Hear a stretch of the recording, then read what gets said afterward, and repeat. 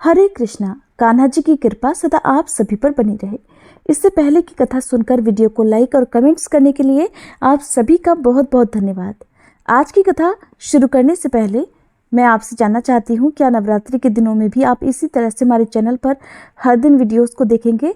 अगर हाँ तो कमेंट करके जरूर बताइएगा। आज की कथा में भगवान वराह और भगवती वसुंधरा का प्रसंग चल रहा है। उन दोनों के बीच में जो वार्तालाप हो रहा है उसमें भगवान वराह कहते हैं, वसुंधरे, अब पितरों से संबंध में एक प्रसंग कहता हूँ, उसे ध्यानपूर्वक सुनो। मथुरापुरी में पहले एक धार्मिक और शूरवीर राजा थे जिनका नाम था चंद्रसेन। उनकी 200 रानियां थीं, जिनमें चंद्रप्रभा सबसे गुणवती थी। उसकी 100 दासियां थीं, जिनमें एक का नाम था प्रभावती। उस दासी के परिवार के पुरुष सदाचार विहीन थे। सभी मरकर दोष के कारण नरक यातना में पड़ गए, क्योंकि उनके कुल में एक वर्ण संकर उत्पन्न हो गया था। देवी, एक समय वे पितर ध्रुव तीर्थ में आए, जिन पर एक त्रिकालदर्शी ऋषि की दृष्टि पड़ गई। इनमें कुछ दिव्य रूप वाले पितर आकाश गमन की शक्ति से युक्त श्रेष्ठ वाहनों पर चढ़कर आए और अपने वंशजों को आशीर्वाद देकर चले गए। कुछ दूसरे पितृगण जो ध्रुव तीर्थ में आए, उनके श्राद्ध न होने से पेट में झुर्रियां पड़ गई थी, अतः वे अपने पुत्रों को शाप देकर चले गए। त्रिकाला के मुनि ये सब दृश्य देख रहे थे। जब पितृगण चले गए और वे मुनि अकेले आश्रम में रह गए, तो एक सूक्ष्म शरीर वाले पितर ने उनसे कहा, मुने, वर्ण संकर संबंधी दोष के कारण मुझे नरक में स्थान मिला है। मैं 100 वर्षों से आशा रूपी रस्सियों से बंधा प्रतीक्षा करता रहा, पर अब निराश होकर आपके पास आया हूँ। तीनों तापों से अत्यंत घबराकर और विवश होकर मैं आपकी शरण में आया हूँ। जिनके पुत्रों ने पिंडदान और तर्पण किया है, वे पितर तो हष्टपुष्ट होकर आकाश गमन की शक्ति से स्वर्ग में चले गए हैं, किंतु मैं बलहीन व्यक्ति कहीं भी नहीं जा सकता हूँ। जिनकी संतान अपने बाल बच्चों के साथ सदा संपन्न है, वे उनके द्वारा स्वधा से सुपूजित होकर परम गति के अधिकारी होते हैं। हे त्रिकालज्ञ मुनिवर, आपको दिव्य दृष्टि प्राप्त है। उसके प्रभाव से आपने जिन पितरों को स्वर्ग में जाते हुए देखा है, वे सभी आज राजा चंद्रसेन के द्वारा सत्कृत हुए हैं। पितर ने कहा, जो पितरों के लिए श्राद्ध करता है उसका उत्तम फल निश्चित है, किंतु श्राद्ध न करने से विपरीत फल सामने आता है और पितर नरक के भागी हो जाते हैं। इसमें कुछ कारण है, वो भी मैं आपको बताता हूँ, सुने। श्राद्ध संबंधी जो द्रव्य उचित देश, काल और पात्र को नहीं दिया गया, विधि की रक्षा नहीं हुई, साथ में दक्षिणा नहीं दी गई, तो वह प्रत्यव्याय का कारण हो जाता है। जो श्राद्ध श्रद्धा के साथ संपन्न नहीं हुआ, जिस पर दुष्ट प्राणी की नजर पड़ गई हो, जिसमें तिल और कुशा का अभाव रहा हो और मंत्र भी नहीं पढ़े गए हों, उस श्राद्ध को असुर ग्रहण कर लेते हैं। प्राचीन समय से ही भगवान वामन ने ऐसे श्राद्ध का अधिकारी बलि को बना रखा है। ऐसे ही दशरथ नंदन भगवान राम के द्वारा अपने गणों के साथ क्रूर रावण जब दिवंगत हो गया, तब उन त्रिभुवन भरता श्री राम ने कुछ ऐसे श्राद्धों का फल त्रिजटा को भी दे दिया था। भगवान राम जब भगवती सीता के साथ बैठे थे, तब सीता ने उनसे कहा कि हे प्रभु, त्रिजटा आप में भक्ति रखती थी। सीता जी की बात सुनकर श्री राम भगवान प्रसन्न हो गए।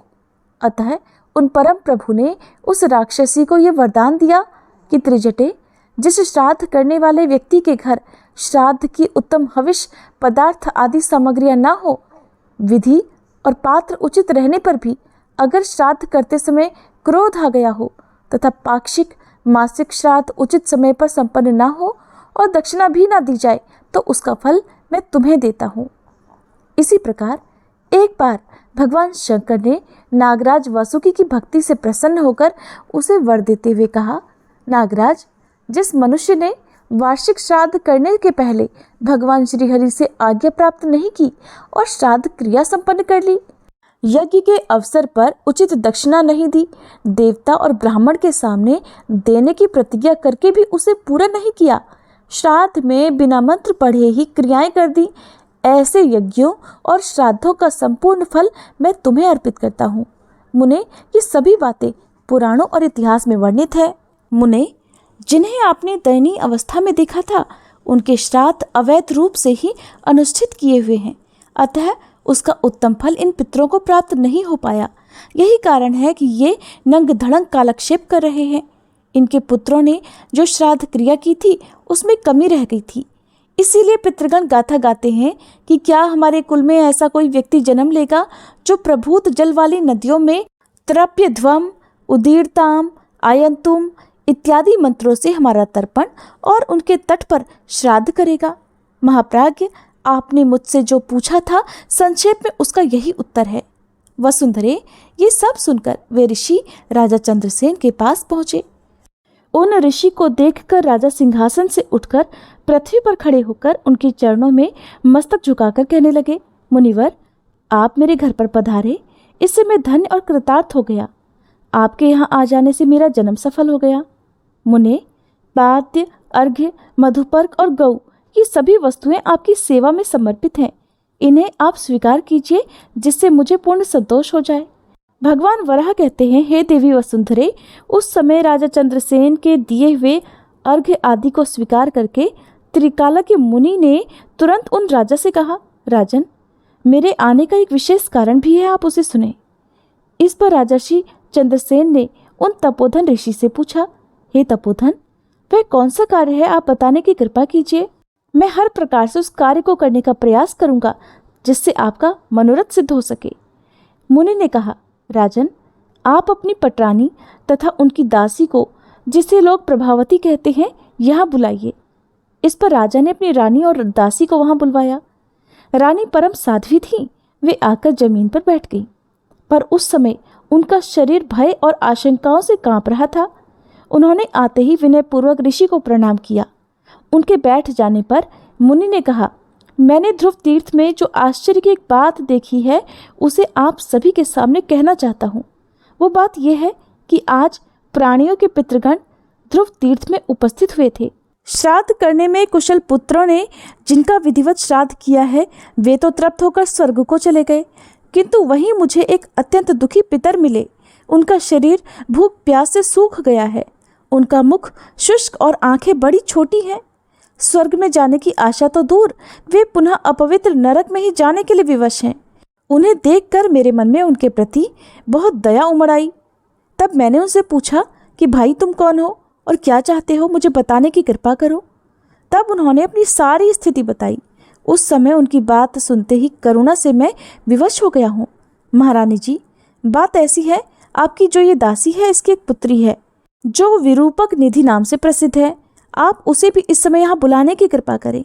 वसुंधरे, इस प्रकार मुनिवर त्रिकालज्ञ की बात सुनकर महाराजा चंद्रसेन की रानी ने उसी क्षण उस दासी पुत्री को बुलाने की आज्ञा दी। उस समय वह मद्यपान करके उन्मत्त हो रही थी। किसी प्रकार राजसेवकों ने उसे संभालकर हाथ से पकड़े हुए वहां लाकर उसे मुनि के सामने उपस्थित कर दिया। मुनि धर्म के पूर्ण ज्ञाता थे। मद के प्रभाव से विक्षिप्त चित्त वाली उस दासी को देखकर उससे पूछा, अरे, तुमने पितरों के लिए पिंडदान तथा जल से स्वधा कहकर तर्पण किया है या नहीं? ऐसा लगता है कि तुमने पितरों को मुक्त करने वाली पिंड और तर्पण की विधियां संपन्न नहीं की हैं। वसुधे, इस पर उस दासी ने उन मुनि से कहा कि मैंने ऐसी कोई भी विधि संपन्न नहीं की है। मैं तो ये भी नहीं जानती कि कौन मेरे पितर हैं और उनके लिए कौन सी क्रिया करनी चाहिए। वसुंधरे, फिर तो ऐसी बात कहने वाली उस दासी से उन त्रिकालज्ञ मुनि ने कहा कि आज इस नगर के महाराज महारानी और यहाँ के निवासी सभी सज्जन पुरुष ध्रुव तीर्थ में पधारें। वहाँ पितरों के लिए पुत्रों द्वारा किए गए श्राद्ध की महिमा का फल आप लोगों के सामने सुस्पष्ट हो जाएगा। ऐसा सुनकर सभी नगरवासी तथा जिनकी श्राद्ध करने में कौतुकवश भी प्रवृत्ति नहीं थी, जिनका मन बिल्कुल भी नहीं था, वे सभी अधिकारी ब्राह्मण भी ध्रुव तीर्थ में पहुंच गए। वहां जाने पर सबकी दृष्टि उस संतान द्वारा असत्कृत और अस्त व्यस्त प्राणी पर पड़ी। बेचारे को मच्छर जैसे जीव चारों ओर से घेरे हुए थे। साथ ही वह भूख से भी अत्यंत व्याकुल था। उस समय त्रिकालज्ञ मुनि ने कहा, देखो, ये स्त्रियां तुम्हारी संतानों से उत्पन्न हैं। तुम हष्टपुष्ट हो जाओ, इसीलिए राजा की कृपा से इनका यहाँ आगमन हुआ है। तब वह पितर बोला, ये दासी इस ध्रुव तीर्थ में पहले स्नान करे, फिर वेद में निर्दिष्ट क्रम से तर्पण करे। इसके बाद प्राचीन ऋषियों ने जो विधि बताई है उसके अनुसार ये पिंड दान आदि श्राद्ध कर्म करे। सभी कर्मपात्र चांदी के हों, साथ में वस्त्र और चंदन रहना अनिवार्य है। फिर भक्ति पूर्वक पिंडार्चन करके पितरों की पूजा करें। आप सभी सज्जन यहीं रहें और इसका परिणाम तुरंत ही देख लें। मैं परम सुख से संपन्न हो जाऊंगा। इस विधान से इस संतान के द्वारा मेरा श्राद्ध कराना आप सभी की कृपा पर निर्भर है। वसुंधरे, रानी चंद्रप्रभा अगस्ती की बात सुनकर दासी के द्वारा उस प्राणी का श्राद्ध कराने में तत्पर हो गई। उस श्राद्ध में बहुत सी दक्षिणाएं दी गईं। रेशमी वस्त्र, धूप, कपूर, अगरू, चंदन, तिल और अन्न आदि तरह तरह की वस्तुएं पिंडदान के अवसर पर काम में लाई गई। फलस्वरूप श्राद्ध और पिंडदान का कार्य समाप्त होते ही वह विकृत दशा वाला अगस्ती ऐसा बन गया मानो कोई देवता हो। उसका शरीर परम तेजोमय हो गया और उससे जो क्षुद्र मच्छर घेरे हुए थे उनकी आकृति में भी वैसा ही परिवर्तन हो गया।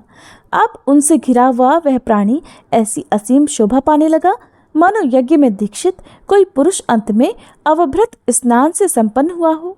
उस समय स्वर्ग से इतने दिव्य विमान आए कि आकाश ढक गया। तब अगस्ती आदि सभी से बोले, महानुभावों, हम सभी लोग अब भली भांति तृप्त हो गए हैं, इसलिए अब परम धाम में जाते हैं। ध्रुव तीर्थ की ये महिमा मैंने आपके सामने प्रकट कर दी। महामुने, मेरे कहने की बात ही क्या है, आप सबने स्वयं खुद ही इसकी महिमा देख ली। हमारा उद्धार होना बिल्कुल असंभव था, किंतु आपकी कृपा से हमने इस दुस्तर पाप पुंज को भी पार कर लिया। हे वसुंधरे, अब वह अगस्ती नाम का प्राणी मुनिवर त्रिकालज्ञ राजा चंद्रसेन, रानी चंद्रप्रभा, उपस्थित जनता, दासी प्रभावती और उसकी पुत्री को इस प्रकार की बातें सुनाकर तथा आप सभी लोगों का कल्याण हो इस प्रकार कहता हुआ अपने सहचरों के साथ उत्तम विमान पर चढ़कर स्वर्ग के लिए प्रस्थान कर गया। भगवान वराह कहते हैं, भद्रे, इसके बाद महाराज चंद्रसेन उस तीर्थ की महिमा देखकर महर्षि त्रिकालज्ञ को प्रणाम करके अपने नगर को लौट गए। पृथ्वी, मथुरा मंडल के अंतर्गत तीर्थों का महात्म्य मैंने तुम्हें सुनाया। ये तीर्थ ऐसा शक्ति संपन्न है कि जिसका स्मरण करने से भी मनुष्य के पूर्व जन्म के पाप नष्ट हो जाते हैं। जो पुरुष ब्राह्मणों की सन्निधि में बैठकर इस प्रसंग को पढ़ता है उसे मानो गए शिर पर अर्थात गया क्षेत्र में जाकर अपने पितरों को उसने तृप्त कर दिया हो। महाभागे, जिसकी व्रत में आस्था न हो, इस प्रसंग को सुनने में उदासीन हो और भगवान श्रीहरि की पूजा अर्चना से विमुख हो, उसके सामने इसका वर्णन कभी नहीं करना चाहिए। ये प्रसंग तीर्थों में परम तीर्थ, धर्मों में श्रेष्ठ धर्म, ज्ञानों में सर्वोत्कृष्ट ज्ञान और लाभों में उत्तम लाभ है। महाभागे, जिनकी भगवान श्रीहरि में सदा श्रद्धा रहती है और जो पुण्यात्मा पुरुष हैं उनके सामने ही इसका प्रवचन करना चाहिए।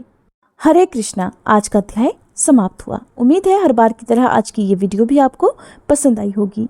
अच्छी लगी हो तो लाइक करना मत भूलिएगा।